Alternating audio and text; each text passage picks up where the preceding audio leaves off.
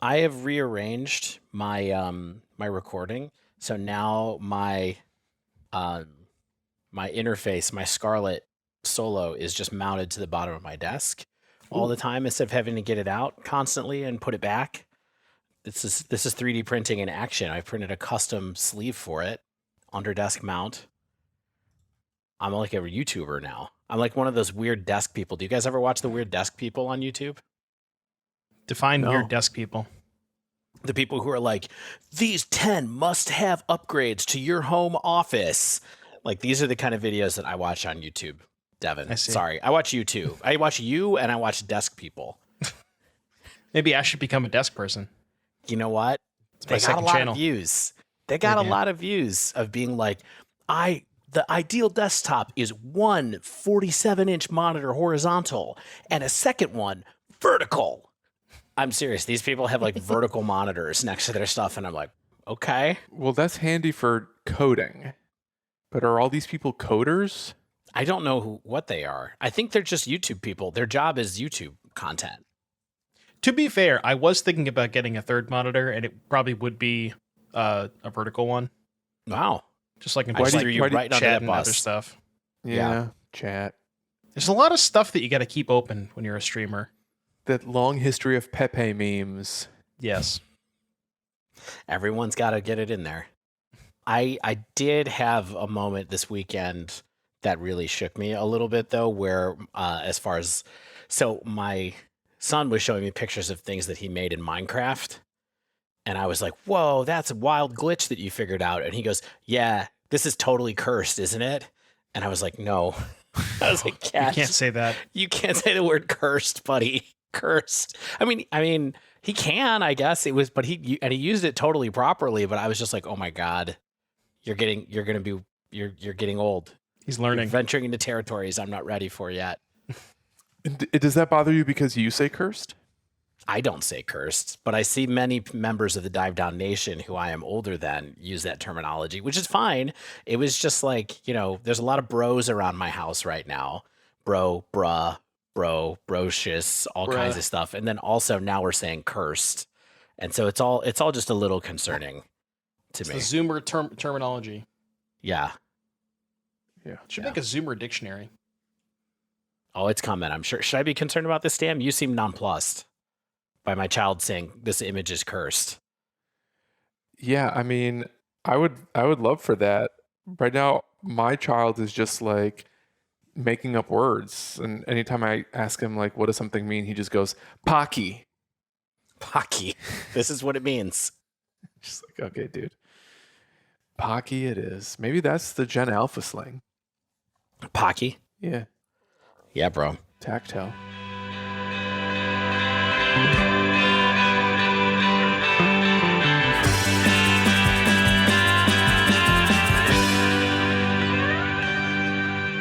Hello and welcome to episode 296 of The Dive Down, a Magic the Gathering podcast focused on the latest decks, trends, and strategies for the casual spike.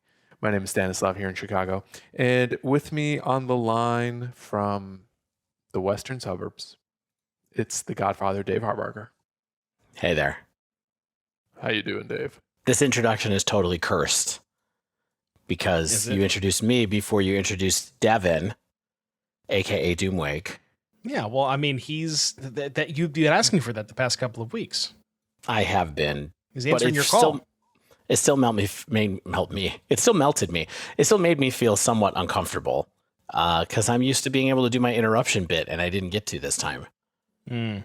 Now that falls on me, which I Right. did a poor job of apparently. I heard you mumble something. Maybe that was enough. Do you guys remember Mumblecore? I mean, I hated it. You hated Mumblecore. I Oh, guess those are not good movies. you hate movies, I guess. I mean, you don't like Francis Ha? I've never seen Francis Ha, to be fair.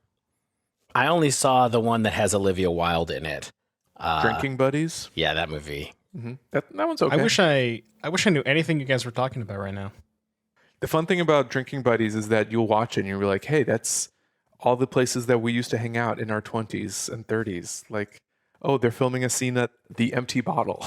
Oh, they're filming a scene at the Revolution Tap Room in Chicago. Devin, you're happy you don't know about these things, honestly. Okay. I'll take your Yeah. word for it. Yeah, you should. You should check out Francis Ha, though. That movie is beautiful. Okay. Really, really good. All right. If I you will want to do that. understand my generation, what it was like to be 23 and me. I'm on to the next generation. Now I'm trying to figure out why my son says cursed and based. Get there eventually. Yeah, we'll get there eventually. You know what else we need to get to right now is Some things that are not cursed. not at all. They're actually really good things from our friends at Heavy Play, the card gaming accessory brand that's designed to improve your gameplay and your game day. They got playmats, they got deck boxes, they have card sleeves. Shane pointed out last week they have these note cards you can use to make your sideboard guides and keep track of your life totals between games that fit very conveniently within the Heavy Play system. And they're all designed with enhanced ergonomics for mobility and protection. I heard that there was a lot of Heavy Play at RCDC. Mm-hmm. The booth. And now there can be a lot of Heavy Play in your home too. If you go to heavyplay.com and use promo code TheDiveDown2024, you'll get 10% off your first order. You got to check out these magnets, people. You're going to love these magnets. Stick them to your fridge, put them in your backpack, carry your cards with them. I don't care what you do. Just use our promo code when you buy them.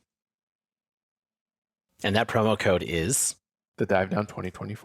just a reminder. We already said it once, but might as well say it again. It's good. Apply directly on the forehead. Yeah, exactly. What's the name of that head? I don't remember, actually. It was called like Head Stick or something like that. Was that a regional commercial, or does Devon know what we're talking about?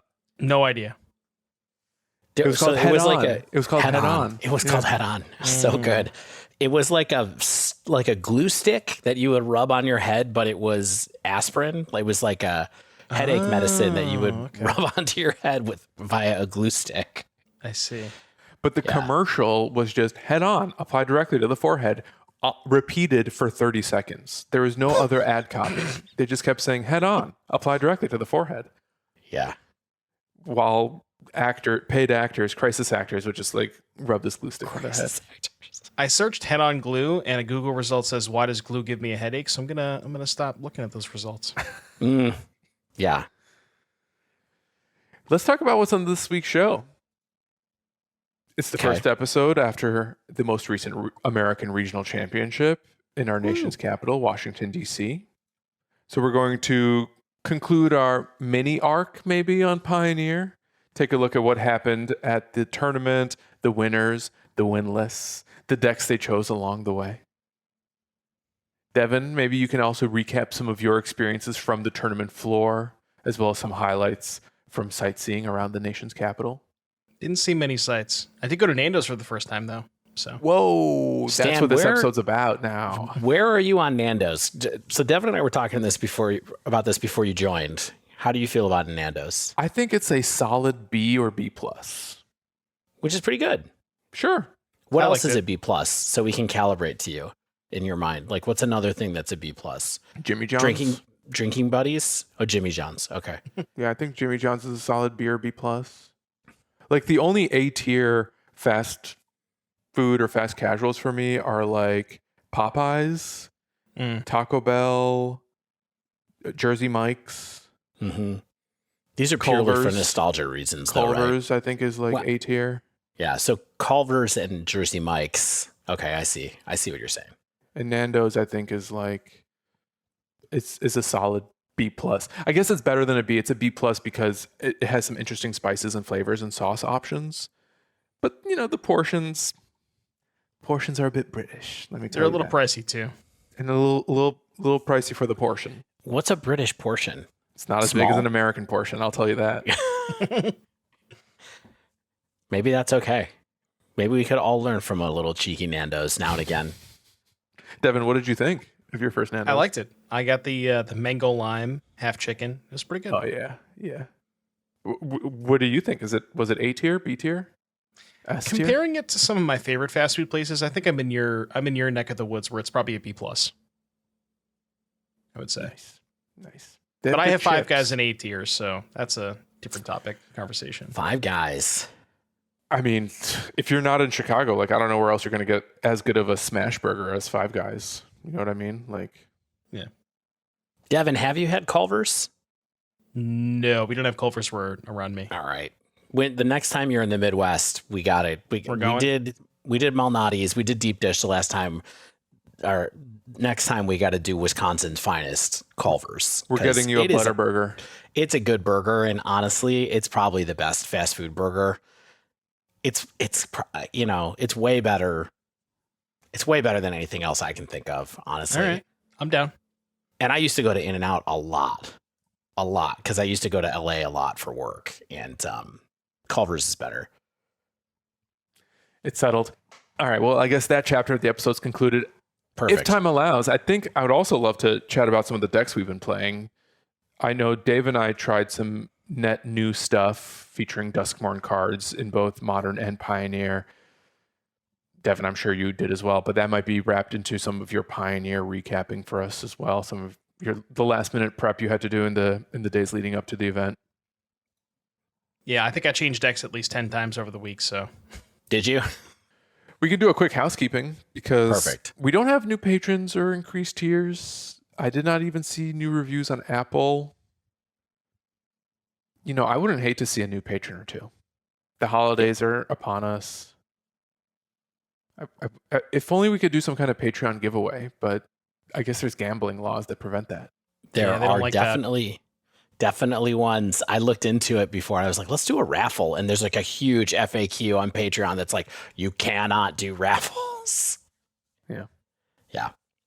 So anyway, if you'd love to get at us, you can check us out at patreon.com/thedivedown. We'd love it, as we move towards episode 300. That's Episode right. 300 is coming up very fast here. And I promise you, episode 300 is going to have some good content that you are not going to want to miss. Plant those seeds right now. we got Yes. plans. Yes, I think it's going to be a very unexpected episode for everyone involved. Yeah. Yeah. It's going to be global too. I'm just going to say that. It's going to be global. Worldwide. It's going to require worldwide coordination Yes. to pull off. A lot of hemispheres. Yeah. Yeah. Several hemispheres for sure. All right. So you can also, if you're, more interested in other stuff, you can also get some pins, some tokens, some deck boxes, some play mats from us. You can also go to thedivedown.com if you want to get a hat, if you want to get a shirt. All those things are still good at thedivedown.com/store.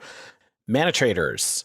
So we have our own new code on Mana Traders, which is the Dive Down 10. Now they've let us go back to managing our own codes on Mana Traders. So let's see how it goes. We don't have to do any weird suffixes anymore. It's just the Dive Down 10. And it's spelled out, right? 10 is the word? TEN, the word 10. Yeah, like Pearl Jam's debut record, TEN. I made that same joke last week. We'll make it again next week. It's not really a joke. It's more of a helpful, it's more of a ad placement. mnemonic than a joke. Yeah. It's not even a mnemonic, I don't think. No, it's a memory aid device. So, RCDC, great name, by the way. Yeah. Pioneer, it happened this weekend, the regional championship.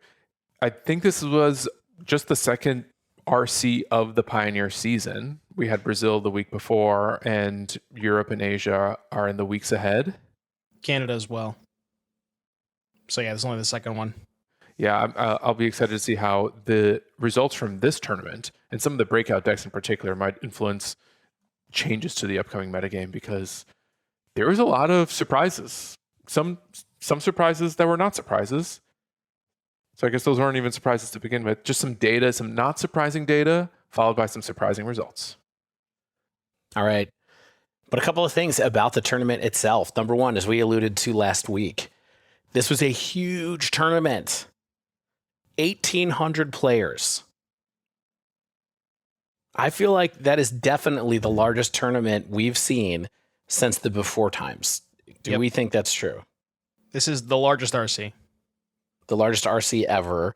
But also, there were many Grand Prix that were smaller than this. There were some that were bigger, but there are many that were, 1,200, 1,300, 1,400. Like, this is one of the biggest tournaments that I can remember for Magic in a long, long time, and certainly since 2020. Well, what? like how big was the average GP? Do we know what the biggest Magic tournament ever was? I should have looked this up in advance. Yes, the biggest Magic tournament ever, I GP believe, Vegas? was GP Vegas 2015. Still, it was the Modern Horizons 2 tournament that Modern had. Masters. Sorry, Modern Masters. You're right, not Modern Horizons. The Modern Masters 2 tournament, because they actually had to split the GP into two events that both had 4,000 people in them. Yeah. It was massive. Whoa. It was like 8,000 people in that sealed tournament for Modern Masters 2. It was nuts. Yeah. Do you know what place I came in that tournament? 33rd. 8,000. 235th, my friend. One slot bad. outside of the cash in one of the branches. no. Yeah. Oh, that's tough. Now, Devon, as our resident Spike, 1,800 player tournaments, does that excite you to like play in events that big? Does it discourage you maybe? I mean, I'm kind of indifferent on that. Like there's, I'm going to prepare for events, like RC. Maybe I prepare a little bit more for this than RCQs, but like, it is as far as like what the stakes are. If the stakes are the same as for 1,800 players as they are for 500 players, it's kind of the same for me.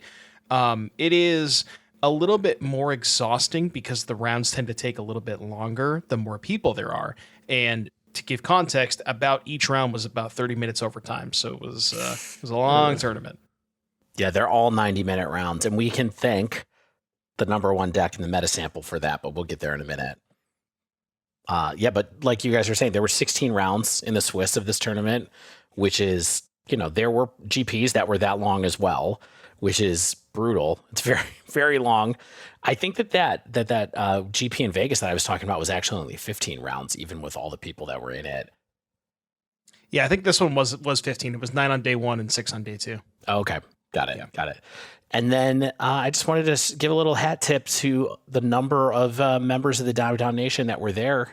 Proud we are of all of them. I think there were at least 3 or 4 or 5 people in the Discord talking to each other about their results. There's Cam, there was Cam, there was Caleb, and there were a couple other people as well.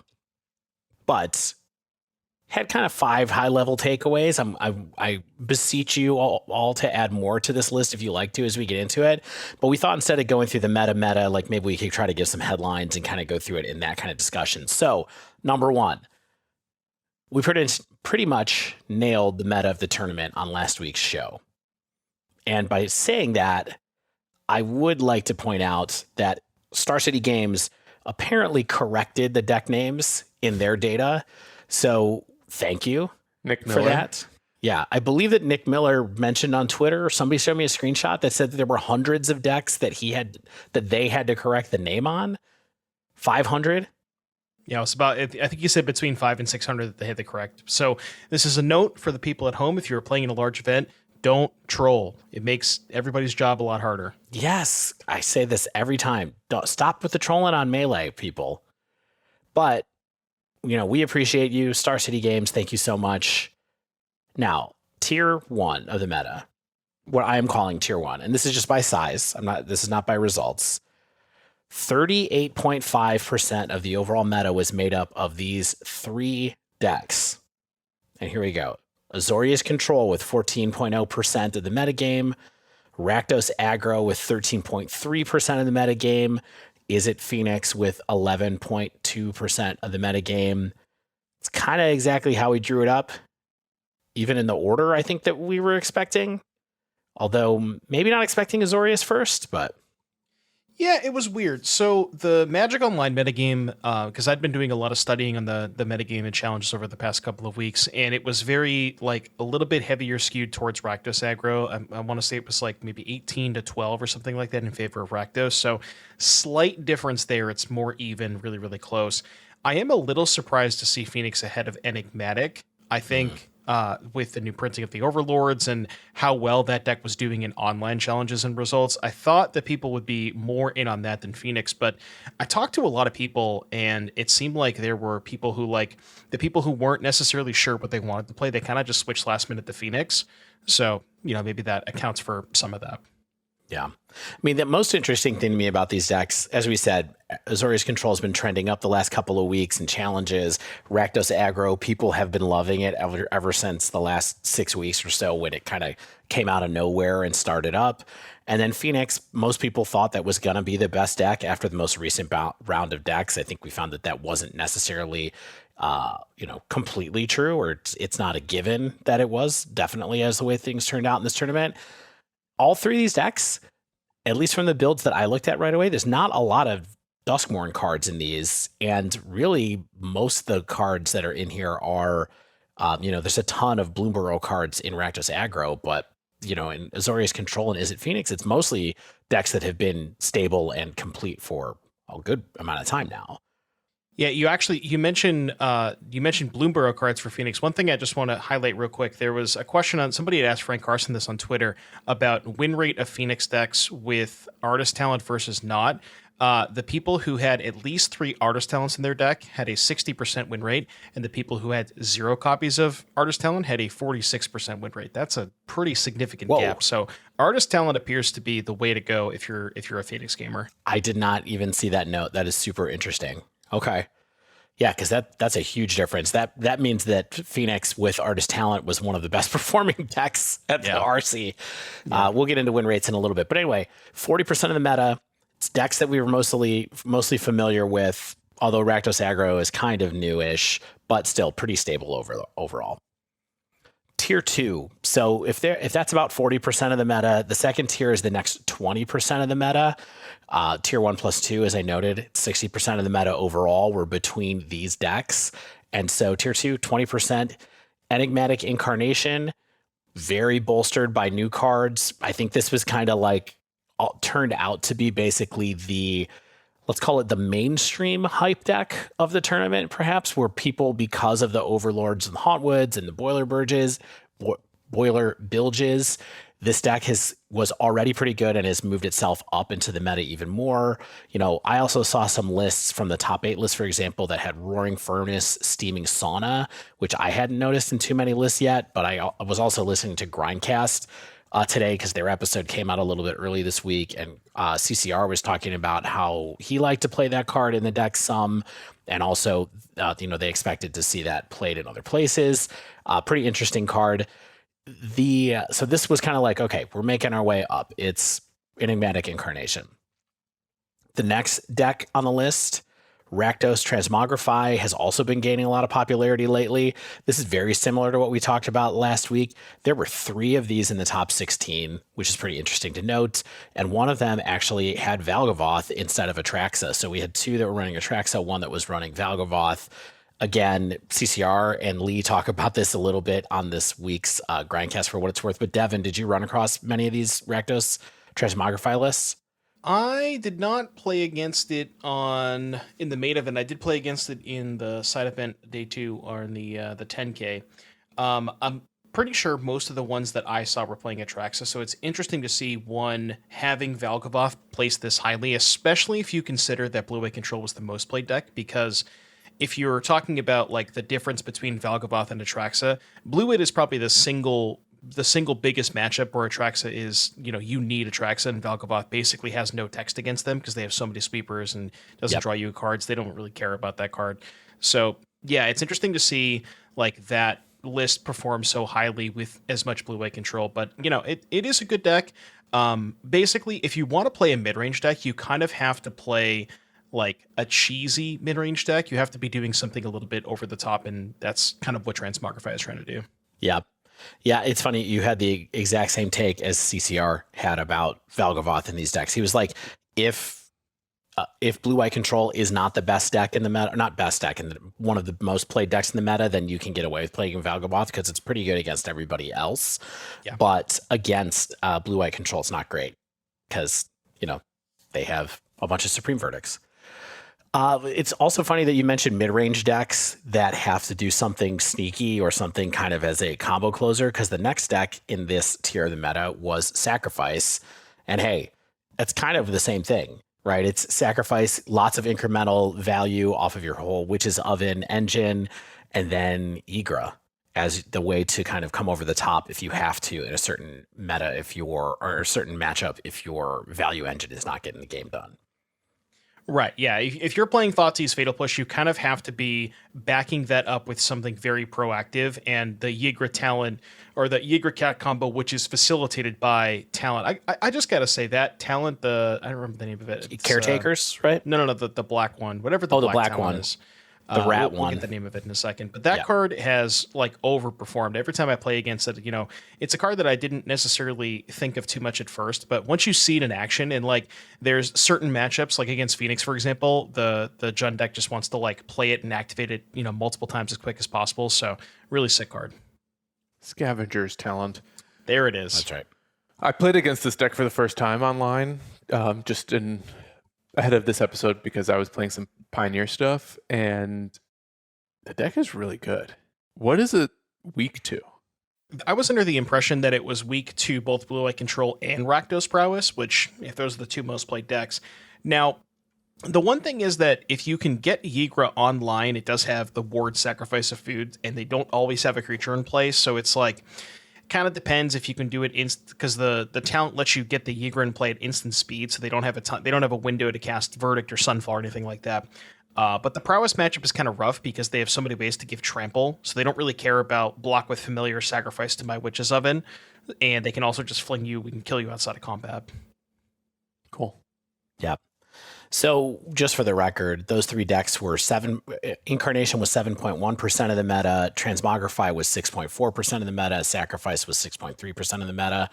These 6 decks, Control, Aggro, Phoenix, Incarnation, Transmogrify, and Sacrifice, are the only 6 decks that had more than 4% of the meta representation. I was going to say 5 for a second, but it's actually even 4. So pretty interesting that while there's a lot of consolidation in this top 60% of the meta, the rest of the meta had a lot of different decks going on in it that people were trying. And that's kind of the next thing that I wanted to talk about. Yeah, I feel like, I think maybe to set up your next point, this is one of the most diverse metagames we've seen in a high-level tournament in ages. Maybe that's true of Pioneer in general, and I just don't remember recent Pioneer events as vividly, but compared to like the modern stuff we had been watching since MH3 especially, which is super top heavy, the most popular deck being only 14%, like that's a pretty small sliver of the pie. Yeah, and I think the other thing is it really flattens out beyond that because now there's 2 things. One is SCG was reporting decks above 0.5 or below 0.5% is other. So other in their reckoning is only 10% of this field. But there are like 19 decks. There's a lot that they share next. 19 decks in what we might consider tier 3, decks that were between 10 and 60 people, basically, that brought with them out of these 1800s. So it's between, like I said, 0.5% and 3.4%. And there's a lot. There's a lot. Notables that we're not going to be talking about in more detail. Greasefang was at 3.4%. Mono Green Devotion, 2.9%. Boros Control, 2.9%. Lotus Field, maybe we'll talk about, was at 2.6. Spirits at 2.5. Spoilers, Stan might have some stuff to say about Spirits later. Angels was only at 1.2%, which was actually really a surprise to me, to be honest, because it kind of felt like for a couple of weeks there, Angels was the hype deck going into, coming off the bans. Devon, I feel like one of the reasons why Angels may have dropped off is because it really struggles against blue-white. And as people picked up on how strong blue-white was in particular, Angels' metagame share ahead of the event just started to tank. And I think we've seen that reflected in this metagame too. Yep, that is 100% exactly correct. You do have a really good matchup against Rakdos Prowess. I will say that that's probably one of the more lopsided matchups. But even then, you can still die outside of combat, the flings and the tramples. So the matchup is good, but not it's not as good as people think it is. But yeah, blue white is just basically close to unwinnable for Angels. And if you're expecting a lot of blue white, people were scared off of it. Yeah. And then Auras at 1.2%, I guess was thinking maybe we would see some more there, but nope. It like you said, Stan, it feels very diverse when you look at it through this kind of lens. Do you think that's real, Devon? Like, what do you think about it? Did it feel diverse when you were playing in the tournament? Did you kind of feel like you didn't know was your next matchup was going to be, or did it feel repetitive? I played against Rakdos Prowess 3 times, and then my other 6 rounds were 6 different decks. So I played against 7 different decks. I know that there were certain people that didn't share those experiences, but most of those people were blue-white control players in the draw bracket, so those don't count. So Because they were playing against other blue-eye control players? Correct. Yeah. Yes. Spoiler alert, there was somebody at the tournament who had, I think, 5 draws. Why would they do that to us? Yeah, I don't know. But yeah, no, I really do think that the metagame was pretty diverse. We'll get into the top 8 in a little bit later, and the top 8 was also extremely diverse. I think this is maybe the healthiest the Pioneer has been in a long time. The bans did a ton for diversifying the metagame. There was that initial hype where, everybody, us included, thought that, Phoenix was going to just completely dominate. And that is not the case. And it's awesome. I think Pioneer is in a really good spot, and I'm excited to play it. I just wish we had more opportunities to play it. Yeah. Before we get off this point, do you think there's a specific reason that Phoenix turned out to be less a runaway favorite than we thought it was going to be? Or do you think it's just kind of like the way things have worked out? I do. So when the bans happened, right? So you have the pre-ban metagame was basically, it was a 3-deck format: Amalia, Vampires, Phoenix. And everybody else, it's really hard to conduct a sideboard plan or concoct a sideboard plan that has a reasonable enough matchup, that gives you a reasonable enough matchup against all 3 of them. You basically have to pick and choose and hope to dodge one of them. But when you remove 2 of those decks, it gives people a lot more, okay, well, this is the deck that everybody expects to be good. Let's all target it. So you saw a lot more main deck High Noons, Rest in Pieces, Unlicensed Hearses, all this kind of graveyard hate and High Noons and Deafening Silences. So as the metagame condensed a lot more around Phoenix, everybody else was saying, okay, well, this is the deck we have to beat, and they did. Not only that, but I think a lot of other decks also improved with recent printings like Bloomburrow and Duskmourn. The red aggressive cards from Bloomburrow brought that deck to a whole new level. There's some Duskmourn cards that maybe we can discuss. And Phoenix didn't really get anything besides the artist talent, of course, which some people didn't even play. But yeah, it's like everybody's improving around them, and the way that Phoenix is structured, they can't really change their deck that much. So yeah, I think a combination of both of those. Yeah, it takes another single mana blue cantrip to change Phoenix at this point, or a threat that replaces Picklock Prankster or something like that to change the deck. And it's hard to imagine what those would be sometimes, Lightning Bolt could do it. The lightning bolts. A Faithless Looting, maybe a Manamorphose. Sure, something like that. No problem. Don't wish that evil upon us. Yeah. You would love it. You would love any of those cards. I mean, I like playing Phoenix. I think it's fun, so I would. Wow, Manamorphose in Pioneer. Why not? Let's start it. What's the worst that could happen? So here's one of the things that was the most interesting to me when I looked at these results, and tell me what you think about this. But the top 6 decks that we were just talking about, those tier 1 and tier 2 decks, they did okay without being broken. So it was kind of like they were totally okay choices for people, but none of them, to me, felt like they stood out as a clear outlier in performance the way that we have seen things recently, both in Pioneer and in Modern. Does that seem fair when you look at these results? As far as the win rates are concerned? Yeah. So Yeah. I'll give you some of the win rates. So Azorius Control, and I have a couple of people looking at it. So some of the win rates I looked at, one was courtesy of I Love Azorius or Azorius I on Twitter. We also have some stuff from Frank Karsten. They are different numbers slightly from each other. So Azorius Control was 52.5% win rate or 53.9%. So it's a 1 point difference between those. But is it Phoenix 50.8 or 50.15? Rakdos Aggro 50.8 or 50.5? Enigmatic Incarnation 52 or 52.8? So it's all like right around 50%. The only one that really felt like it didn't deliver, and this is by a very small amount, is John Sacrifice, which only had a 47%. Only had a 47% win percentage.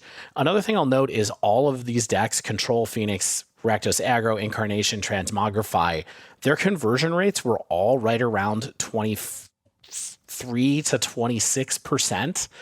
When apparently the mean conversion rate, according to now, one thing that was interesting about Twitter after this was that you guys know Circovitz, who does a lot of like 17 lands limited content, also did an analysis of some of the content on this tournament as well. So it was one of the first times I saw him talk about a constructed tournament. He mentioned that the mean conversion rate, I think, was 22 or 23%. So all of these decks were just slightly above the mean in conversion, but none of them were really, really crushing it. So win rates were kind of down the middle. Conversion rate was down the middle. It didn't feel like you actually went that wrong picking any of these decks, but I don't know. Like when I look at this, I don't know if it's because mirror matches aren't removed or if there's something else kind of going on there.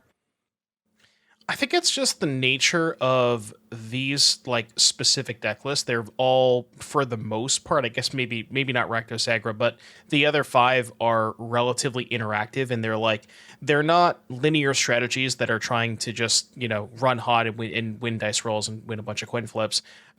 They are just the nature of the decks. They're a lot more prone to that sort of coin flip mentality where it's like, you know, sometimes I'm going to draw the removal against the aggressive decks, sometimes I'm going to draw the removal against the control decks, vice versa. So it kind of, you know, the way that these decks are, they're all just kind of like medium, and like you said, they were very safe choices, where if you know, they reward play skill, right? The people who play Azorius, Phoenix, and Enigmatic and stuff like that, like the play skill is certainly rewarded with those decks. So yeah, it's I think a little bit of combination of both. Stan, what do you think about this part of it?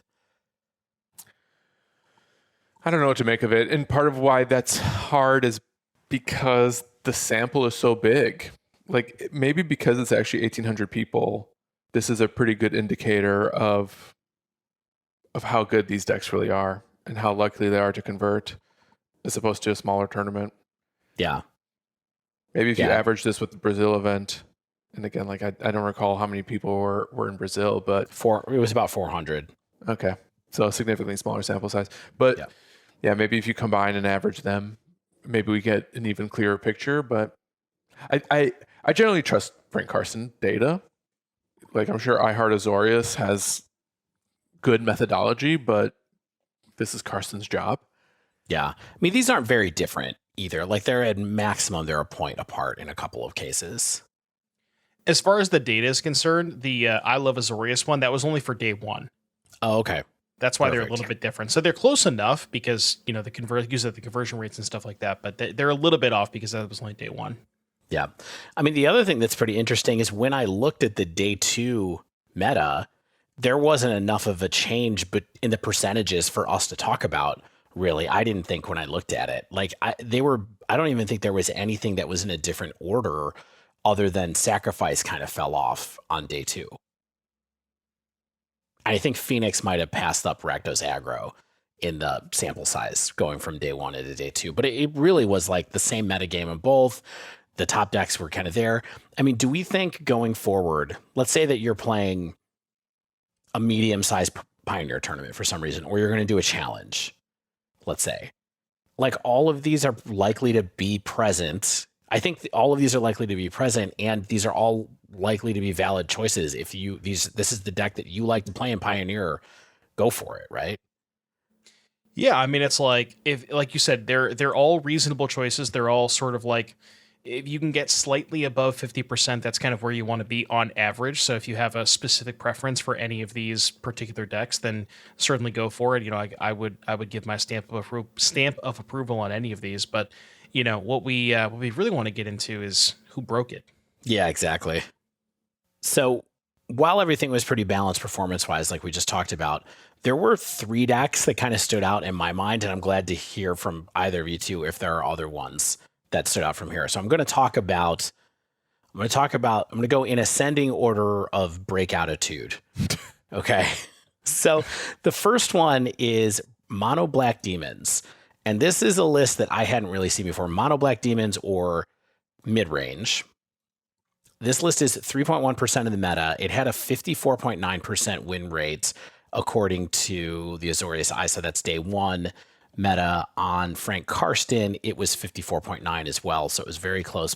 It was exactly the same between the two.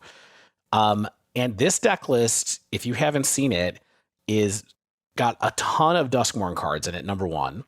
And it's also got a theme of demons, which some people might like a lot. So it's 4 Unstoppable Slasher, 4 Archfiend of the Dross, Archfiend of the Josh, 3 Bloodletter of Alcazats, 1 Sheoldred, 2 Reckoner Bankbuster, 4 Unholy Annex / Ritual Chamber, which is a room from Duskmourn, 4 Duress, 4 Thoughtseize, 4 Fatal Push, 3 Sheoldred's Edict, Heartless Act, 1 March of Wretched Sorrow. And then the only thing I'm going to mention on the other side is that it has a Fountain Port and 3 Mutavault as well in the land base. So what is this deck? Here are a couple of things I would love to talk about from this deck. Number one, I got to play Unholy Annex Ritual Chamber against Stan in Sealed. Yeah. That card is busted. It's absurd. Yes. In a normal context. Now, when Stan and I were playing Sealed with this, I really hadn't noticed the card on the spoiler. And we played a couple games and I was like, this card is insane. And I wouldn't be surprised if it's one of the best rares in Duskmourn in Limited, just after how it played with the way that we were just playing. That's generally a pretty good tip that something might be constructed playable. So how did this get put together here? So first and foremost, I just want to give a shout out to the individual who played this list, Seamus Callahan. This is the 10th place list. This is actually somebody who I tested with and was in our Airbnb. Nice. Who he lost playing for top 8. So condolences, but also congrats. Great job, Seamus. If you're listening. And funny enough, the testing group was like, our Discord was not really on this deck for a while until it started popping up on Magic Online somewhat recently. Over like literally last weekend was when it started showing up. And there was like this mono black version that was, just basically like a bunch of 4 ofs with, all 4 of all the demons, 4 annexes. And kind of the idea is that you are a quote unquote splinter twin deck where you have Unstoppable Slasher, which is when it hits them, they lose half their life, and Bloodletter of Aclazotz, which on your turn doubles the amount of life they would lose. Half, doubled, they lose all their life. So that's kind of the big combo here. But what's nice is that Archfiend of the Dross is also just an incredibly powerful magic card, like you see it in the Rakdos midrange decks, and it combos so well with Annex, because for those of you who don't know, Annex is the room. I'll read the text on the 3-minute half, which is the important part. It's 2 and a black enchantment, and then at the beginning of your end step, you draw a card and lose 2 life, but if you have a demon, you gain 2 life and they lose 2 life. So that natural curve of Annex into Archfiend or Annex into Bloodletter, that really can just like gain you some life, drain them a little bit. And really the idea is that, remember when we were talking earlier about if you're playing a mid-range deck with discard spells and Thoughtseize, Fatal Push, you need to have a very proactive plan. Well, that's exactly what this deck has, where you have 4 Duress, 4 Thoughtseize to back up your Splinter Twin combo. You take their answer, you play Slasher on 3, Bloodletter on 4, they die. It's pretty easy. And yeah, I mean, this deck really overperformed this weekend. I think it has a reasonable matchup against both Blue, White, and Rakdos, which is a good place to be. Yeah, I love this list. I was like, this is very sweet and interesting. What do we think about? So let's talk about the decks that we're going to talk about as far as them becoming staples of the format. Let's say, like, do you buy or sell this deck continuing to exist after this weekend? Oh, I buy it. Okay. For sure. I mean, again, it's like just being a proactive Duress Thoughtseize deck is just very, very powerful. When you're like under normal circumstances, when you're casting discard spells, you're like, okay, I'm going to take their Fable. I'm going to take their Wandering Emperor, their Teferi. You're taking their expensive card advantage card. Whereas this deck, you're like, I'm just going to take your removal spell and kill you. Right. So I think it's here to stay. And you just get to come back with this Phyrexian Arena effect and Unholy Annex. If your plan goes off or they kill one of your pieces or whatever, then you get to just draw cards. How much of this deck's success is that like having 8 Thoughtseize effects essentially, plus Phyrexian Arena is just like good against control? Yeah, you nailed it. I mean, the plan B is just take all of your cards and slam an Annex or a Bankbuster, because you have so many ways to recoup card advantage with 4 Annex, 2 Bankbuster, 2 Castle Locthwain. So it's not even like you're like, sure, you're going to 1-for-1 them a little bit, but then you are going to just pull ahead after 1-for-1ing them a bunch with this, just card advantage engine that's not that easy to answer. So that is certainly a part of it as well. You do play long games with the deck. Where like you said, Duress Thoughtseize into Annex. One other really cool thing about this deck is even if you can't resolve or keep a demon in play like Archfiend or Bloodletter, there's 3 copies of Mutavault, and don't scoff on those, because Annex counts Mutavault. Mutavault is a demon, so if you have an Annex in play and you activate a Mutavault, that will turn on the Annex. Yeah, which is a fascinating little escape hatch for this card. Yeah, it's funny. This deck to me, in a weird way, feels a little bit like, I mean, maybe I'm wrong. It feels a little bit like Coffers without the like mana advantage. It's more got like the card advantage engine in it. You know what I mean? Maybe it's just because it's mono black, but I see it occupying this kind of like weird similar space in this meta where it's like the alternative to a controlled deck kind of grind people. You know what I mean? Does that make sense? The impression that I got when I was playing with and against this deck, because I tested a little bit with this on Magic Online leading up to the event, it feels a lot like Inverter, where you have discard spells that are protecting a combo. You have card advantage. That deck had Dig Through Time. This deck has Annex. So it's like, a bunch of discard spells protecting a combo with card advantage. It kind of has some similar vibes to that. A little bit different, of course, but that's kind of the vibe that I got when I saw this deck. Did Seamus kill people a lot with the combo, as you said? Or, okay, that's interesting too. The other thing you have to realize is that even with sans the combo, think of it this way, right? Slasher, when it hits them, they lose half their life total. Slasher is a 3 mana 11/3. Yeah. That's it. Even if they're at 20, you attack them for 2, they go to 18, they lose half, they go to 9. That's 11 damage with one single card. Yeah. That's ridiculous. That's honestly what I was expecting more with this deck, like looking at the list, was that it was going to be more like, I'll hit you pretty hard with Slasher and occasionally the Bloodletter thing will happen. The other thing that I thought was interesting about this list is like, in a world where we have a lot of demons in our deck, we're still not playing the Demonic Tutor from the set. So I guess tutors aren't good. So just like a little side note, keep that in mind. Unless you really need them for combos, tutors are not good even when they're pretty aggressively costed.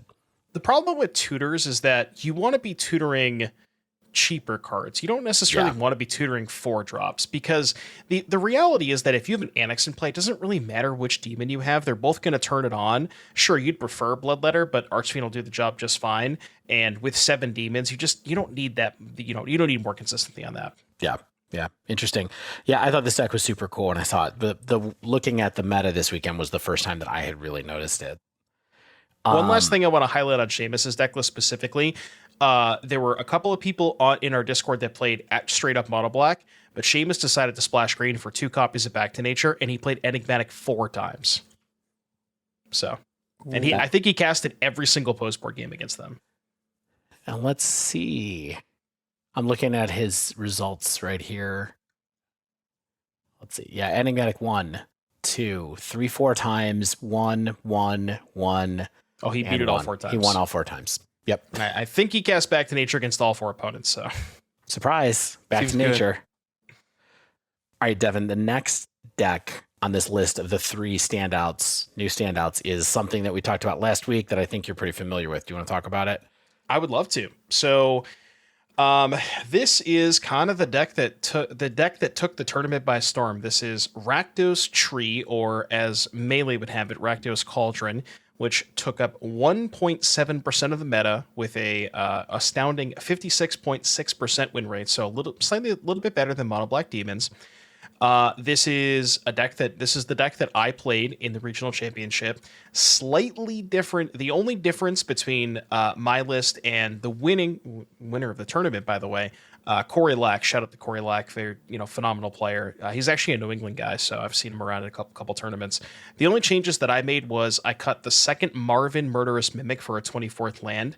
But just to give you a rundown of the deck list, it's 4 Valderon Thrillseeker, 4 Tree of Perdition, 4 Bloodtithe Harvester, 4 Fear of Missing Out, 2 Marvin Murderous Mimic, 4 Agatha Soul Cauldron, 4 Fable, 4 Thoughtseize, 2 Duress, 4 Fatal Push, 1 Torch the Tower, 23 lands. Now, it does have your favorite card in it too, though, Devon. What's that? Gigantha. Oh, can't forget about Gigantha. Can't forget Gigantha. That's true. Funny enough, I actually killed somebody with Gigantha. I'll talk about that in a second. But yeah, so the concept of the deck list, again, remember, conversation we were having earlier, if you want to be a Fatal Push Thoughtseize deck, you want to supplement that with a proactive game plan. So the combo here is you want to put Tree of Perdition into your graveyard, which you have a couple of ways to do that. Notably, new edition, Fear of Missing Out, which is absurd in this deck, by the way. Yeah. Bloodtithe Harvester and Fable the Mirror Breaker. So you have 3 pretty consistent ways to do that. Get Tree into the graveyard, put a Cauldron into play, Cauldron, exile the tree, put a counter on one of your creatures, and now your creature that has ideally 3 toughness has the ability to swap 3 toughness with their life total, bringing their life total from 20 to 3. And you can you can attack them from there. You can kill them with Valderon Thrillseeker, which also works very well with Cauldron. A lot of cool stuff going on here. And that's kind of so the big reason I played this deck in the regional championship is because I had done a lot of testing with the Gruul Prowess deck, which we touched on last week, and I could not quite get that deck to a place where I wanted it to be, and I decided that I wanted to play a Thoughtseize Fatal Push deck, but I didn't want to play Rakdos mid because, again, not great against Enigmatic, and a little bit, you need to be doing something more linear and broken with your Rakdos deck. And I chose to go with this over Transmogrify or the Demon deck. I did consider playing the Demon deck because a lot of the people in our Discord were high on it, but I wanted to go with this one instead because I think it's a little bit faster. Like if you can do the thing on turn 3, where it's turn 2 FOMO, discard tree, turn 3 Cauldron, activate, go from there. And so it's a little bit faster. And I like the fact that it has Fable, whereas the other deck, the Mono Black Demons deck, doesn't have red. It just is a Mono Black deck. So getting to play Fable is really good. But yeah, I think this deck is fantastic. And shout out to Corey Lack, aka Jupiter Brando on MTGO, if you know that name. Corey Lack is Jupiter Brando. Yeah, that's who we talked about last week with this deck when it first came out. I didn't realize that it was the same person. He's actually the person who created this deck. So I mean, it's it's coming full circle for him. I mean, congrats on that. I guess you got what you deserve in that sense, since you managed to work it out. So, Stan, you have a look of shock on your face. Have you thought much about this deck? He doesn't believe it. Did you play against it when you were playing Spirits, or no? I haven't seen this deck in action yet. That look on my face was your reaction to Jupiter Brando. Feeling starstruck that Devon knows Corey. Yeah, it's just a funny coincidence because I hadn't seen the name Jupiter Brando either last week when we were talking about this list, and so for it to be the same person is pretty funny. I like a nice tidy story. Yeah, he's been working on this deck for months and months at this point, so it goes to show that hard work does pay off because he's been tuning this one for a while. Does that mean it needed FOMO and Marvin to get over the line? It was putting up results before, but so the reason that Fear of Missing Out is so absurd in this deck is, obviously, wanting another discard outlet is nice. So having another clean way to discard tree that doesn't require extra mana like Bloodtithe, which is 2+1, or Fable, which is 3 mana. This is just straight up 2 mana put into the graveyard. The other really sick thing about Fear of Missing Out is it works so well with Thrillseeker, where if you have Delirium, then you can go Thrillseeker counters on Fear of Missing Out, attack, untap itself, they take 4, attack again, they take 4, and then fling it at them. That's 12 damage. So it just gets you a lot of these really burst kills out of nowhere. Fear of Missing Out with Fable the Mirror Breaker, that's basically just Splinter Twin, where you go attack with Fear of Missing Out. Well, you go Reflection, copy Fear of Missing Out, attack with Fear of Missing Out, untap Reflection, second combat phase, copy Fear of Missing Out. And you can basically just do that for every mana you have, similar to the double Reflection kind of thing. Yeah, and Marvin is. I wasn't a huge fan of Marvin during testing. Maybe I just don't quite understand it because I saw it do some work for Corey on camera. But that card is cool where you can, like, if you have a Thrill Seeker in play, you can play Marvin to get an extra 2 damage. It's good with Flip Fable. It does some things. It's good with Tree too, where if you play Marvin on 2, play Tree on 4, then the Marvin has the Tree ability, so you can just do that there. So it does some cool stuff. But, yeah, that one, Fear of Missing Out is completely bonkers in this deck. Yeah, it's interesting. I think a lot of people kind of, when they read Fear of Missing Out originally, were like, well, the discard a card, then draw a card is very like trinket text almost, you know what I mean? But I think from what I've heard and from what I think we've seen is that for most of the decks where this card is seeing play, it's actually a key part of why the card is good, right? Like it enables Delirium even at its base level, but there are lots of other things you can do with it. Like it's part of the primary plan here. And as I mentioned, listening to CCR talk today, he was kind of like, it's just a reliable discard outlet in Pioneer. We didn't have one that was not too costly, and now we have one that's on this good creature. So, yeah, fantastic card. Why also, like, the drawing the second copy is good because if they kill the first one, then that's more likely for the second one to have Delirium because you already have 2 types in the graveyard. And this deck's type for Delirium is kind of spread out pretty well, where you have 6 artifacts, 8 enchantments, 6 sorceries, 5 instants. So you do get Delirium with some sort of regularity when you want it. And you have plenty of ways to discard with FOMO, Harvester, Fable. Yeah, and you have extra artifacts and enchantments in FOMO and Marvin.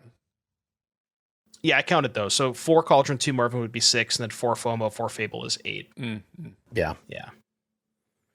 Yeah. I mean, this is a cool deck. This is definitely the breakout deck of the tournament, right? Well, there's one more to talk about that's interesting that I was not on my radar at all. But this is one I think people were starting to be aware of last week. You were starting to test with it. We talked about it for a little bit. It was starting to pop up. And then, it had the one of the highest win rates of the entire tournament at, let's see, what does Frank say it was? 56, Day one, it was 56. Yeah. So overall, it was 56.6. Which is big. I'm willing to call this the breakout deck. I know that maybe our next one has a slightly higher numbers, but I mean, as far as the tournament itself and like Corey just crushing everybody with this deck, I was super impressed with it. This is the deck that I played in the RC. I didn't make day 2. I had some tough breaks. Maybe things don't go my way, but the deck felt very, very good for most of the day. Yeah, you felt good even after the whole thing picking this one. Oh, yeah, for sure. Yeah, I wouldn't change a thing. Yeah, I think history has, redeemed you for sure, given what happened.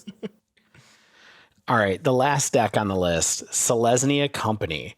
All right, this one was nowhere near what I was imagining we would see in this tournament. Selesnya Company. So we're going to take a look at the 6th place list by Zevon Faust. It was 1.29% of the meta, 59.42% win rate, the highest of the tournament. Frank Karsten has it tabbed at 60% overall. And I don't know what was really going on with this deck or what was particularly good about it, but let's talk about what was in it first. So 4 Aven Interrupters, which we talked about a couple of weeks ago. Actually, Stan, you were talking about this card being in the sideboard of one of your in Energy, right? Or Jerry's. This is in Jerry's Energy sideboard. Yeah. Yep.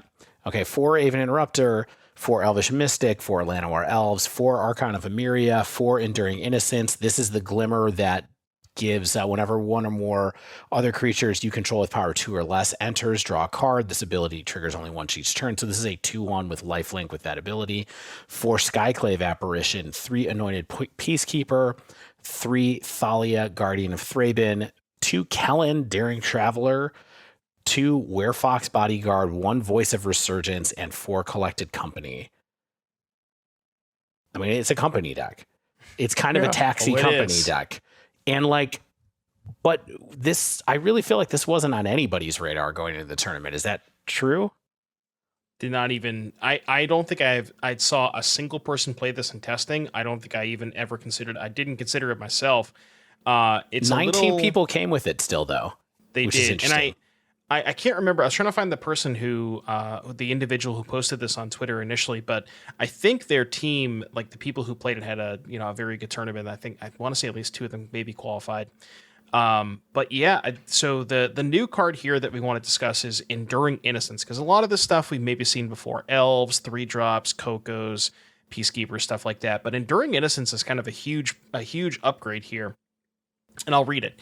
So it is white 1 for a 2/1 lifelink. Whenever one or more other creatures you control with power 2 or less enter, draw a card. Triggers once each turn. And when it dies, if it was a creature, return it to the battlefield under its owner's control, but it's an enchantment, not a creature. So, way to give card advantage, which I think this deck was sorely missing before, because obviously you have Collected Company, which is inherent card advantage. You're putting 2 things into play. But this thing just getting you a bunch of cards. And what's important is that you can play, like say you have it in play, you can play an elf on your turn, draw a card, and then Coco on their turn, draw a card, because it triggers on both players' turns. So it's really good with Coco. And it's hard to kill because it comes back if they fatal push it or whatever. And I think the other big part of this deck is just like you said, the taxing effects. 4 Aven Interrupter and 4 Archon of Emeria. Those cards are kind of fantastic against both blue-white control and Rakdos prowess.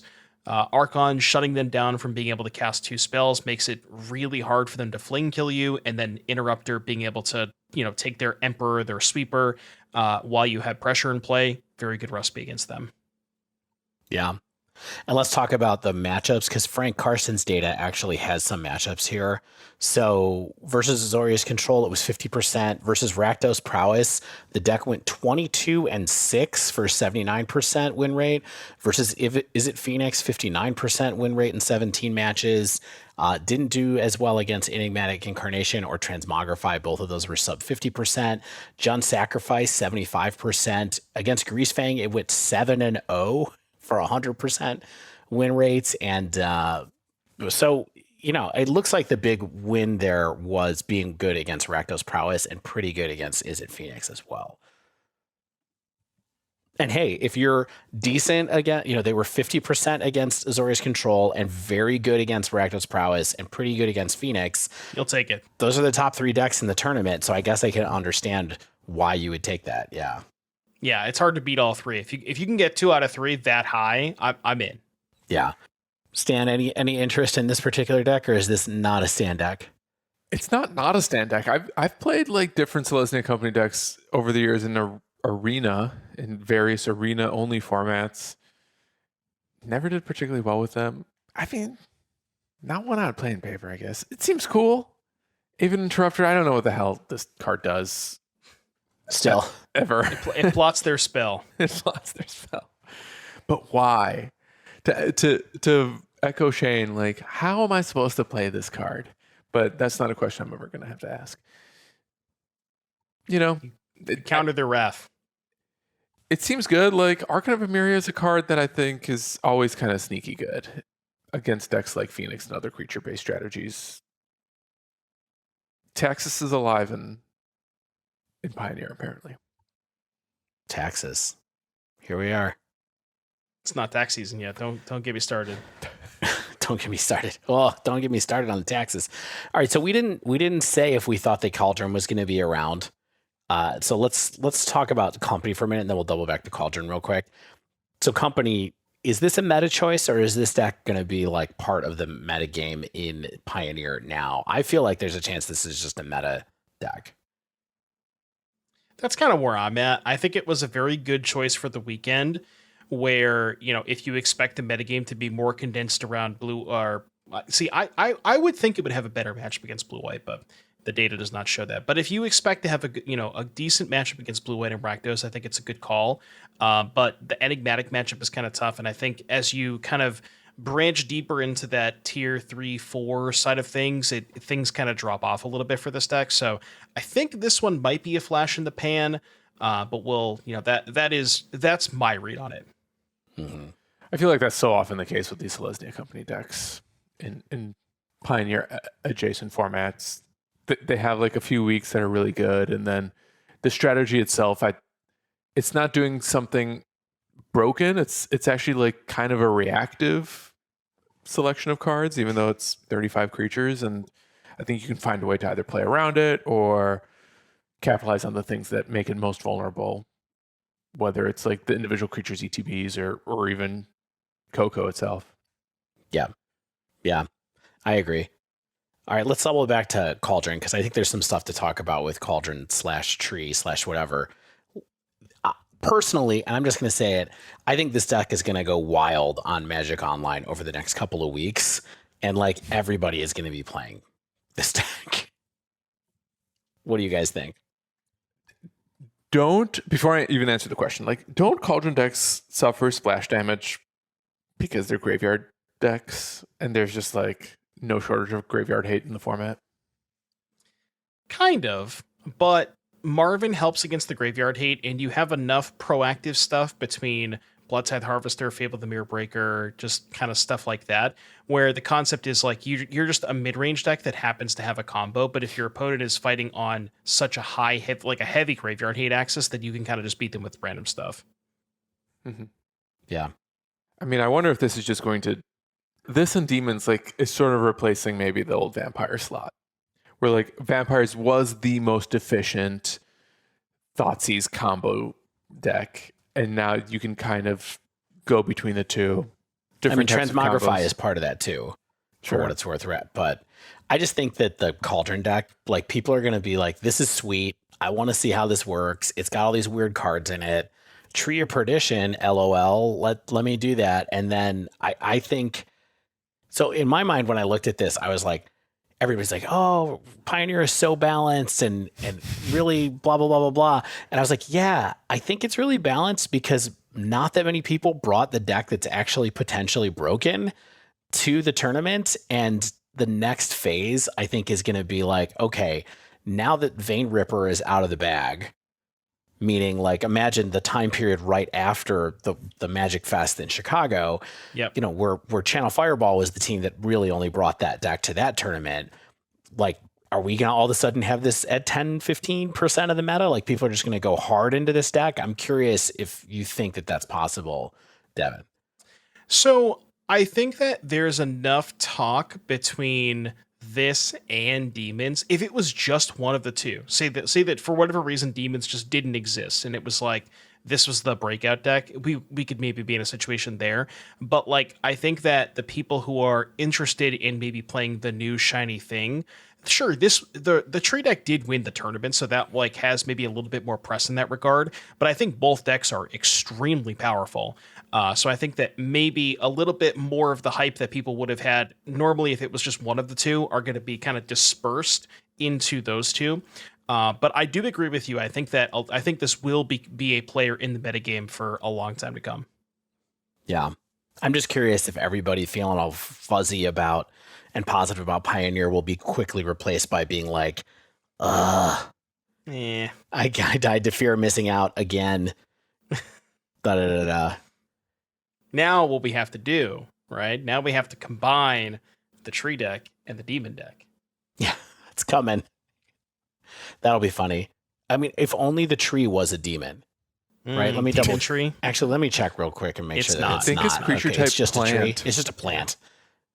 It's creature type plant. Okay, Yeah. good. Demon plant. It's not plant demon. All right.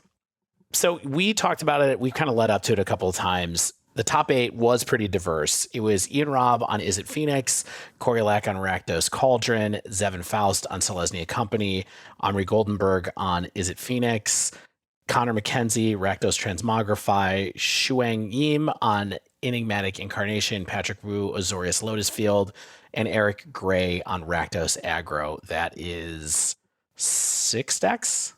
7 decks? 7. 7 The decks. only duplicate is Phoenix. Phoenix. Yep. I mean, that's great. I think that's a great outcome for this giant tournament.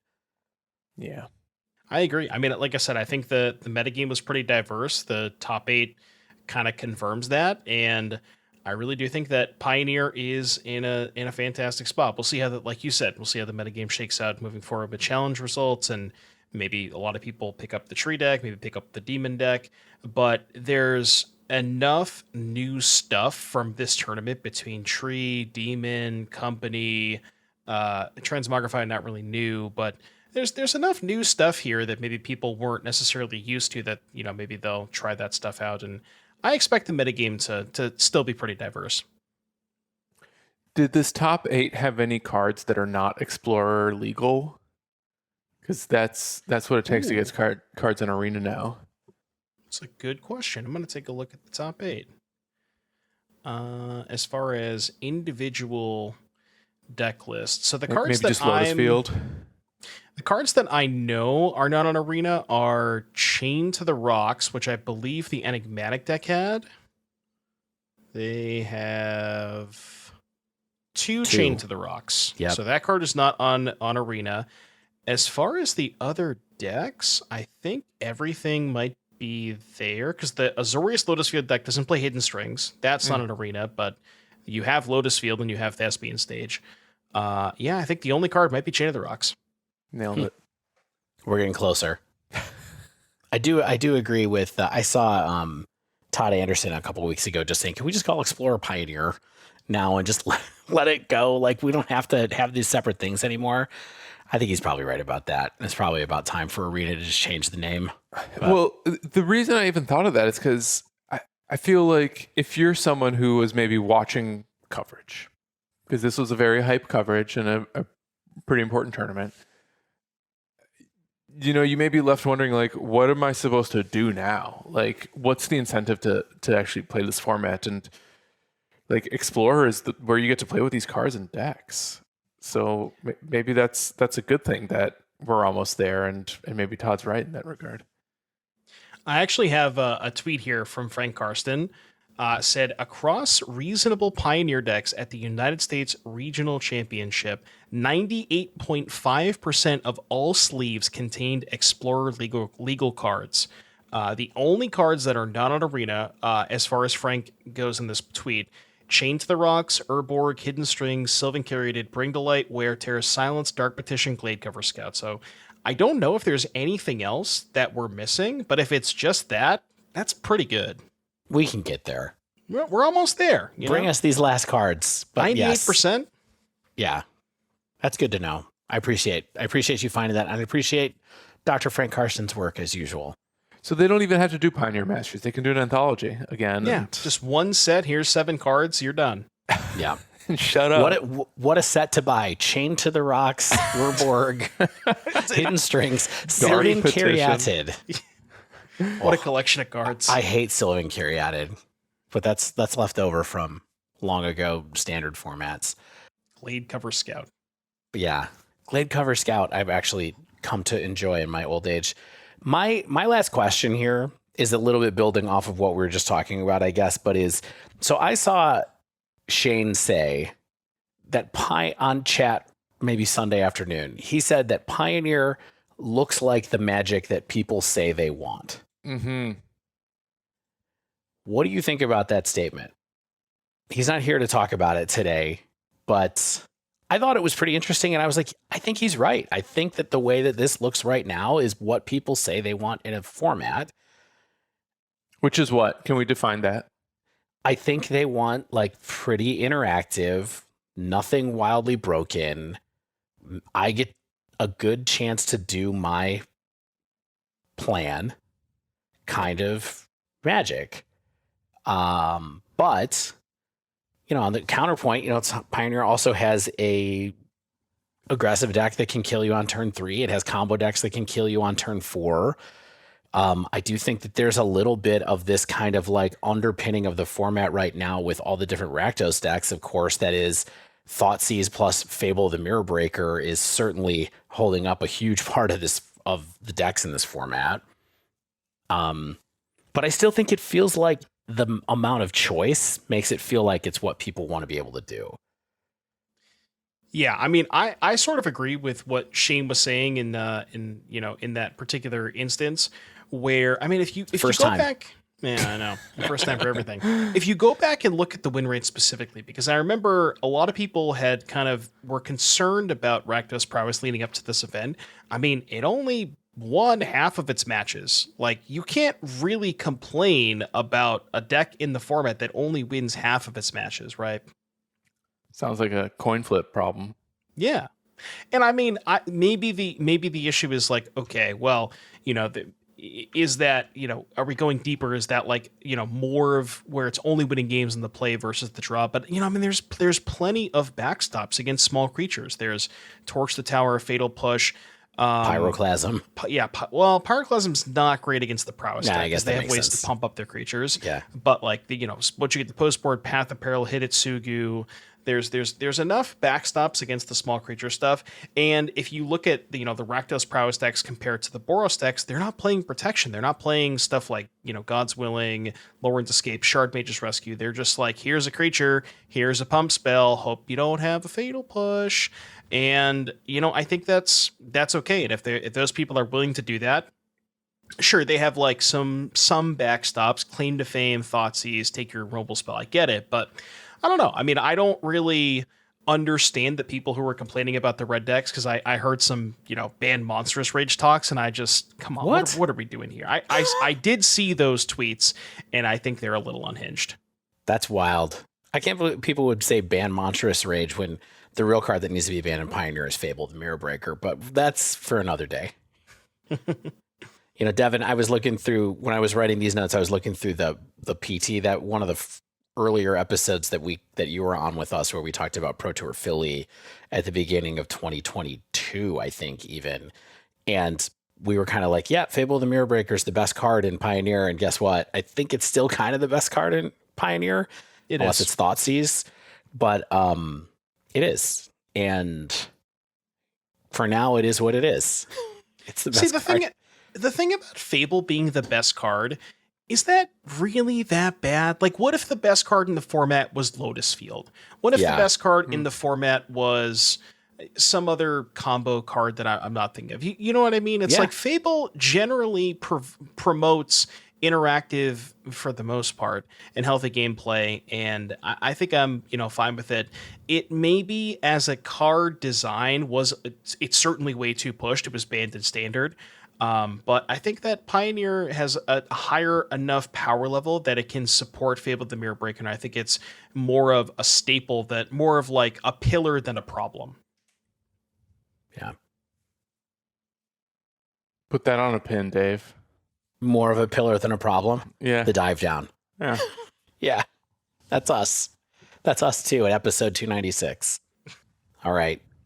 Where do we want to go from here? Stan, do you want to talk about do we want to do a couple of quick deck check-ins? Yeah, I can do mine fairly quickly. Okay. I played Spirits. Dave spoiled the fun. And the reason I played Spirits is because I noticed that in the weeks following Duskmorn, it was appearing in Pioneer Challenge results quite consistently. This is a deck that I've historically liked to play.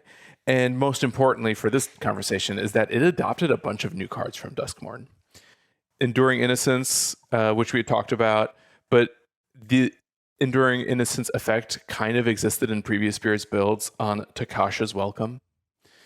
Enduring Curiosity is in the deck now, which we've had curiosity effects in the deck in the past, though those we kind of moved away from those in recent months as the deck actually got more mid-rangey, but now we have a curiosity on a body, basically. It also got Sheltered by Ghosts to both replace Get Lost, which was a main deck removal spell in Spirits once upon a time, while also doing the Sheltered by Ghosts thing of just like adding a bunch of new keywords to whichever creature it enchants, on top of being a removal spell. And then it also played Ghost Vacuums in the sideboard, which I thought would be a useful card to test just as sideboard tech, since it's so flexible and versatile. Yeah, that card is popping up all over the place, which I think is very cool. It's in Modern some as well, so I'll be curious to hear what you think about it. I'll tell you now, I never got to play it. Oh, bummer. I know. No one wow. played any graveyard decks against me. Oh, well. Or when they did, like I played against some sack decks and brought this in, and I just never got to cast it because they sacked me out of my room too quickly. So we didn't mention Spirits in our RC recap. It had like a 46% win rate among the players who brought it. And I left my testing feeling like how I assume some of those RC players may have felt, which is that the deck writ large is sort of underwhelming at the moment on what it's doing and the pace that at which it's doing its thing. With regards to specific cards, the Glimmers, absolutely very interesting additions because they feel like upgrades to previous cards rather than doing something truly novel. But, you know, Innocence being 3 mana and Curiosity being 4 mana, to me felt like they were actually quite awkward to cast where they are on the curve of this like kind of aggro tempo mid-range flyer deck. I don't know how we're supposed to classify spirits. Tempo. Love it. For what it's worth, one thing I wanted to mention was the top placing list in the RC was in 60th place. It looks like by Nicholas Smithmeyer, and deck list pretty much matches what you were playing as well. 2 Enduring Curiosity, 1 Enduring Innocence, 4 Sheltered by Ghost were the new cards for the most part. Yeah. You know, I mentioned that one of the problems I had with these cards is where they exist on the curve. Probably worth noting, Curiosity kind of mitigates this by having Flash, but it's 4 mana. So much. That's big for spirits. Yeah, it's really big. You already have Wandering Emperor at that 4 mana Flash slot as well, and this is not reactive in any way. Like, you're doing this if your opponent has essentially tapped out without really affecting you or your board in a meaningful way, so that you can lay down a Curiosity effect and try to accrue some card advantage on the snapback. It's also kind of awkward because it's a card that you kind of want to play in your main phase to get the most value out of. Like, ideally you set up a spot where, like, say you're on the draw, they tap out on, you're on the draw, they tap out on their turn 4, then you go like land, have a couple of creatures in play. You want to cast it there to get the cards while they're tapped out so they can't kill the enduring guy. Or I guess you could just get it back. But it's a 4/3, right? So it dies to Torch, which is kind of awkward if they can sack a thing, because I think it is a 4/3. It's a 4/3. So that lineup is a little awkward. But yeah, I don't know. It's weird. Like you said, the 4 mana aspect of it is kind of tough. I think the 3 mana on Enduring Innocence is pretty tough too. Because the 3 mana, you want to hold up Spell Queller. You know, you want to be able to maybe hold up either Geistlight Snare or it's not Dovin's Veto, it's the other one. Lofty Denial? No. No More Lies. No More Lies. Yeah, I don't know. I was not impressed. And I think most importantly, we talk about this being a replacement and upgrade for Takasha's Welcome. That was always a sideboard card. You had other ways to get main deck card advantage, even in the post-Curiosity builds. I just want to mention, Nicholas went 11-4 with this deck and came in 60th at this tournament. That's how big this tournament was. Mm-hmm. To top big. 8, you had to go 12-3-1 or better. Yep. That is wild. But anyway, yeah. At 3 mana, like, you could play a Wedding Announcement, and I think Wedding Announcement is generally more impactful than this, where Wedding Announcement comes down and it does something that turn, either drawing you cards or making more bodies. If you're playing this on 3, you're not really getting any benefit that turn. You generally have to wait until a future turn. And one thing I found, to my rude awakening, is that even though these cards are templated to appear recursive, there's a lot of exile effects in the format main deck. And I can basically count on one hand how many times someone tried to remove a creature and then it came back as an enchantment. Like, usually they were getting removed and they were gone, and it just felt like the juice wasn't worth the squeeze at any point. Oh, that's too bad. Even Sheltered by Ghosts, I wasn't really impressed by as either a removal spell or a pump effect, or as an aura, because I think it also opens you up to more 2-for-1s because it doesn't have flash. You know, if it was something you could play at instant speed to protect a creature or remove something, the way Get Lost was instant speed removal, like, having that effect on a truly reactive thing, I think plays more into the spirit strategy. And this Shelter by Ghosts is pushing you to really play everything on your main phases. And I don't think that's what Spirits really wants to be doing. Now, granted, as I started with, I think it's just kind of a tough time to register Spirits. Like, we always had a hard time against Phoenix. Some of these Rakdos decks just like having 8,000 fatal pushes in the room, like that makes it difficult as well.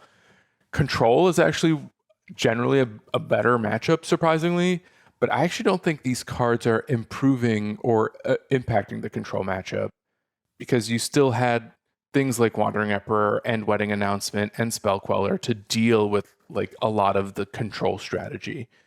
So I can't really recommend Spirits right now. And I had to palate cleanse, and I actually went back to Phoenix, and it was really fun. There you go. That's the stand we know. That's hilarious. Yeah. Yeah, I mean the other matchup against Rakdos Prowess, that one seems like an absolute nightmare for Spirits. Terrible. I guess, like, to me, even though Spirits didn't get worse when, Remph and like some of the other like Spirit mains were making it a little chunkier and making it a little bit more mid-range, like I thought that was appropriate for where the format was before Duskmourn. I feel like where we're at right now, I would rather see it adopt more efficient technology that lets you go back to the old 1-drop, 2-drop, Curious Obsession plus Geistlight Snare tempo plan. Maybe with No More Lies as additional backup, rather than going like so big and topping out your curve at Wandering Emperor or some of these other 4-drops. Yeah, it seems like exactly what you mentioned, where as the format seems to be getting a little bit faster, the Spirits deck is not really keeping up with that. It's like kind of going on the other side of the curve. And you mentioned new cards, and I wonder if maybe if you want to go back to the Curious Obsession builds, there's also Shard Mage's Rescue in the new set, which is a flash way to protect your creature that I think would make a lot of sense. But as the format speeds up and everybody else lowers their curve, you can't really go the opposite way. You kind of have to keep up with them, and it seems like these, like you mentioned, the 3s and 4s don't really help that out. And you don't need the help in the matchups where the 3s and 4s are good, because you're already beating those decks most of the time. Thank you for condensing my thoughts in a much more eloquent and succinct way. I'm glad we're on the same page once again. So yeah, what it is. It is what it is. Spirits, ebbs and flows. I think it'll have its day again.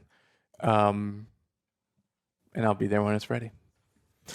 I sort of can't get over the fact that the Glimmers are not spirits. I know. Like, why are they not spirits? They're ghosts. They come back from the graveyard. They look like ghosts. I know they're enchantments, but like, come on. You would think they're Glimmer spirits. Like, what were you guys doing with the templating there? Is the type line too long? Like, I don't know. Sheep Glimmer and Cat Glimmer. Maybe they're not ghosts. Maybe they are kind of like personified echoes of good things that existed in this world before Valgavoth turned it into an endless haunted house. Yeah. I mean, I think the type line is just too long. Enchantment creature - sheep glimmer spirit does not fit. It'd have to be Glimmer spirit. It could fit. Yeah. You make that font a little smaller. Could just do, yeah. I guess they do have to be Glimmers, right? You know how when you were in school and you were submitting things that you had written on lined paper, and like you wanted to finish a word and you kind of went around the edge of the paper, kind of like curving down. Like, yeah, that could be a new templating frame on Magic cards. Why not? We should do some of that. We should do some of that in our card game. Yeah, absolutely. In our card game. Do you guys want to talk about the deck that I played for like 2 seconds? And just 2 seconds. Annoy people? I almost played it too, but then I was like, we shouldn't both play the same deck. We should try to entertain and educate. I mean, look, but people, I think next week we're gonna have to get hardcore back into Modern. Stan, I'm gonna go to an RCQ with you in a couple of weeks. Actually, probably the only paper one that I'll get a chance to go to. You say that. I'll believe it when I see it. It's literally in my town, Devon. It's like down the street from my house, so I have no more excuses. I played Edgar Magalhaze's blue-black Dimir Oculus list that I think he won a challenge with. I believe that he was killing it with this weekend anyway. I think it was like a face-to-face open. Oh, it was a face-to-face open. That's right. We talked about that last week. I got a chance to play it this week. Oculus is ridiculous. Is it? I just would like to confirm. Yeah, it was amazing. honestly, especially with Frog and Unearth and all of the different pieces that fit into that deck. It just felt to me like a really nice kind of different, more aggressive version of Murktide in some ways, which is kind of nice because you were just had more freedom to get more things and kind of build up a bigger advantage more quickly. I was playing a list. I don't think I played his list. I think I played Deck Faden's list that had 2 Murktides in it. Still, Murktide into Manifest Dread is, of course, like super awkward because when you have to manifest a Murktide, you're like, bummer. I'm never turning this into a creature, and if I do, it's a 3/3 flyer that I paid 7 for, which is like that I don't really want that. But yeah, I had a great league. Unfortunately I had the terrible 3-0 into 3-2 where I beat Storm, I beat a couple of other I beat Storm, I beat Glimpse of Nature, not Glimpse of Nature, what's that called? Glimpse of Tomorrow. And then one other list, and then I lost twice to Energy. Which was which was kind of like, ugh, that was a little bit of a gut punch because after having 3 wins that were pretty like in hand, where I really felt like I was in control the whole games, and I had like the right amount of counter spells and the right amount of removal and just the right amount of threats, and then going up against Energy, I was just like, well, I never have the right counter spell for Ring at the time, and they always have too many creatures, and like I don't really want to kill a Johnny, or I don't want to kill anything, on the board when a Johnny's out, and it's just kind of like that whole snowball goes a different direction. But Oculus is real. It's very real. Yeah, I want to try the deck at some point. Maybe I'll try it tomorrow. Yeah. I mean, the thing that makes it super real, honestly, is the fact that when you play it, its trigger is on your opponent's upkeep. It's not on your upkeep or something like that. So you get a 2/2 almost every time after you play the card. And the Unearth synergy is not a joke either. Like, Unearth is a really good card in this deck. The ability to like play a Frog and then discard your Oculus and then unearth your Oculus on turn 3 is absurd. It was just good. And Bowmaster is always good. And there's not really a ton of exile removal these days, right? Like, Boros is cutting on prisons. They're not playing Chained anymore. There's less bindings. There's less endings. It's mostly just like pushes, bolts, and discharges. So Unearth is even a lot more alive there. Yeah, and definitely, I mean, I did get prisoned by Boros a couple of times when I was playing them, but the real problem I had with Boros was just like, I would get to a board state. I couldn't deal with a wide board state. So then I would just get bombardmented to death. I had one game, honestly, where I had all 4 Oculuses in play, and I couldn't attack properly or profitably because I was at 1 life. And so I was like chipping in with different ways, and they were blocking me. And I was like, well, I can't really attack with my Oculus because I'll just die. And like, because they have, 15 cat tokens, like it was really kind of a complicated, fun game, which I unfortunately ended up losing. But I really enjoyed the deck. And if Oculuses weren't $35 a piece, I might give it a try at a little bit more. But, at least I can try with Mana Traders for a bit. Dive down 10. Yeah. Surprised to not see any Oculus in Pioneer, but maybe the enablers just aren't there for it really quite yet. It's kind of the same problem I had with the Gruul Delirium deck, where it's like, your enablers in Pioneer are Otherworldly Gaze, Picklock, Prankster, like ways to get cards into the graveyard. They're just not as efficient as Modern. That's the issue. It's not Thought Scour. Yeah. Or Frog, for that matter. Frog is absurd. This is the first time I've got to play Psychic Frog, too. That card's cracked. It's a good card. Yeah, it's amazing. These cards really are amazing. Stupid. So, I'm into it. Stan, you might be able to keep using my rings even at the RCQ in a couple of weeks. So, we'll see how it goes. You're going to try to play this in paper? I don't have the cards for it. I'll probably end up playing, I don't know, something with Detectives Phoenix or something like that, but... Well, if you need your rings back, I can borrow them from someone else, probably. Yeah. Well, we'll see how it goes. It is interesting how quickly you were reminded that Energy is good against Dimir. It's funny how that works. It's practically a buy. Yeah. Is it that much? Yeah, pretty much. Okay. Yeah. When I was playing Energy more, I remember beating Dimir a few times, but I never remember feeling like, oh, this is just completely. But also, that was a couple months ago at the beginning of Modern Horizons 3 Modern, so maybe it wasn't quite as established yet. But yeah. Yeah, I wasn't sure if like the Oculus on Earth package would change the dynamic of the matchup, because like now the blue black deck can get ahead on board quicker, but it seems like your experience that was not the case. Yeah. I mean, you just get to deck yourself, basically. Especially if you have 4 of them. It was amazing. I was like, wow, I have 4 cards left in my library. I guess I'm going to win now. And then they played Bombardment, and I was like, well, I'm just dead anyway. But all right.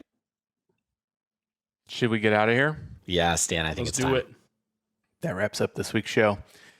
If you haven't yet, make sure you subscribe to our podcast. Get the latest episodes as soon as they come out. And if you use Apple Podcasts, please leave us a rating and review.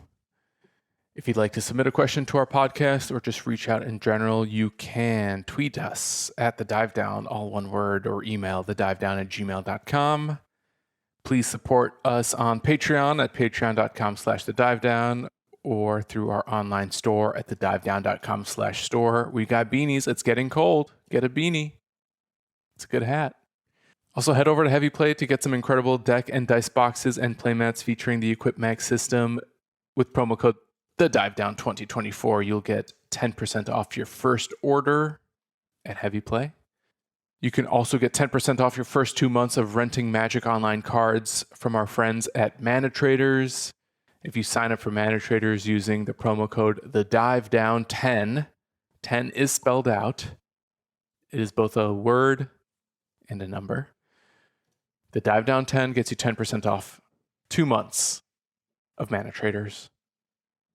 As always, special thanks to the bands Nowhere and Spaceblood for letting us use their music. And until next week, get out there and convince Dave to RCQ.